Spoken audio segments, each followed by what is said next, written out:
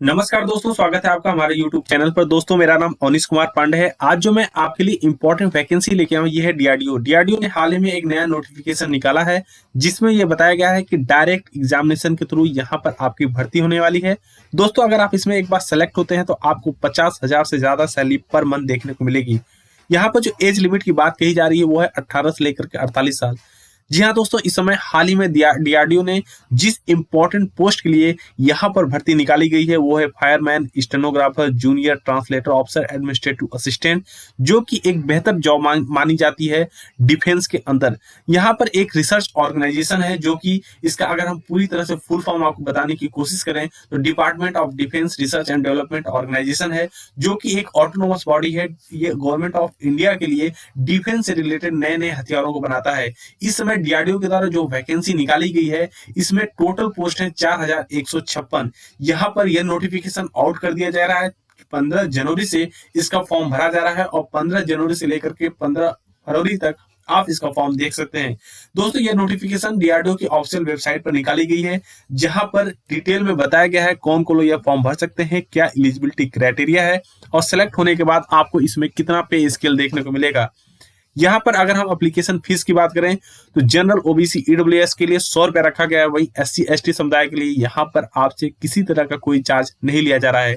Female category को भी charge से एग्जेम्प्टेड रखा गया है।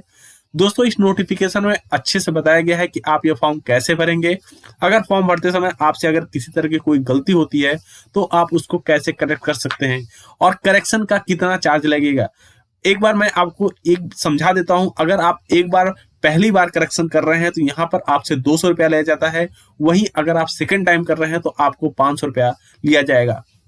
दोस्तों, जो एज लिमिट की बात की जा रही है इस फॉर्म के लिए वो है 18 से लेकर के 27 साल। वहीं ओबीसी को 3 साल का एज रिलैक्सेशन मिल रहा है और एससी एसटी को एज पर रिलैक्सेशन रूल 5 साल का एज रिलैक्सेशन देखने को मिलेगा। दोस्तों, डीआरडीओ ने जो डिफरेंट पोस्ट के लिए एग्जामिनेशन निकाला है इसमें अलग अलग क्राइटेरिया है, अलग अलग क्वालिफिकेशन है। जैसे स्टेनोग्राफर ग्रेड ए के लिए 12th पास होना जरूरी है। इसके साथ साथ 35 वर्ड पर मिनट की आपकी टाइपिंग स्पीड भी होनी चाहिए।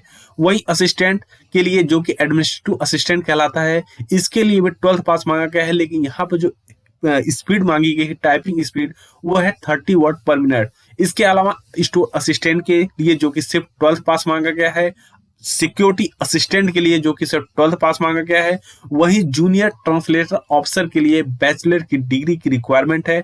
अगर आप ग्रेजुएशन कंप्लीट कर चुके हैं तो आप यह फॉर्म भर सकते हैं। अगर आप अपीयरेंस में हैं तो भी आप यह फॉर्म जरूर भरें। इसके अलावा कुछ अन्य पोस्ट है जैसे फायर इंजन ड्राइवर, फायरमैन, जिसके लिए यहाँ पर 10th मांगा गया है। दोस्तों, अब हम आपसे डिस्कस करते हैं कि आप ये डीआरडीओ का फॉर्म कैसे भरेंगे। सबसे पहले आपको डीआरडीओ के ऑफिशियल वेबसाइट पर जाना है। जैसे ही आप डीआरडीओ के ऑफिशियल वेबसाइट पर जाएंगे वहां सबसे पहले आपके सामने रजिस्ट्रेशन का ऑप्शन आएगा। वहां पर आपको खुद को रजिस्टर करना है। उसके बाद उसी में नेक्स्ट स्टेप में आपके सामने एप्लीकेशन का ऑप्शन आएगा। उस ऑप्शन पर क्लिक करके जैसे ही आप क्लिक करेंगे आपके सामने एक इंटरफेस खुलेगा जहां पर आपको अपनी सारी बेसिक डिटेल फिल करनी है। जैसे आपका नाम, आपके पिता का नाम, गांव का address, Aadhaar card number, phone number, email ID, इन सारी बेसिक डिटेल को फिल करने के बाद आप नेक्स्ट के ऑप्शन पर क्लिक करेंगे। दोस्तों, यहाँ पर जैसे ही आप नेक्स्ट के ऑप्शन पर क्लिक करेंगे आप एक नए विंडो में पहुंच जाएंगे जहां पर आपसे इंपॉर्टेंट डॉक्यूमेंट मांगा जाएगा जैसे फोटो, सिग्नेचर, इसके साथ साथ आपका आधार कार्ड का फोटोकॉपी, जो आपकी मार्कशीट है उसकी फोटोकॉपी। इसके अलावा आप जो है जो भी इंपॉर्टेंट अगर सर्टिफिकेट लगाना चाहते हैं, चाहे वो कास्ट सर्टिफिकेट हो, चाहे वो बर्थ सर्टिफिकेट हो, वो उसको भी वहां आपको अपलोड करना होगा। इसके बाद थर्ड स्टेप में आप पेमेंट के ऑप्शन पर आते हैं। आप अपने कैटेगरी के हिसाब से यहाँ पर पेमेंट कर सकते हैं। अगर आप जनरल से हैं तो आपको यहाँ पर 100 रुपया यहाँ आपसे पेमेंट चार्ज लिया जाएगा। वही अन्य कैटेगरी को यह चार्ज से एग्जेम्प्टेड रखा गया है। इस तरह से आप डीआरडीओ का फॉर्म भर पाएंगे और जैसे ही आप थर्ड स्टेप में सबमिट के ऑप्शन पर क्लिक करेंगे आपको फॉर्म पूरी तरह से भर जाएगा।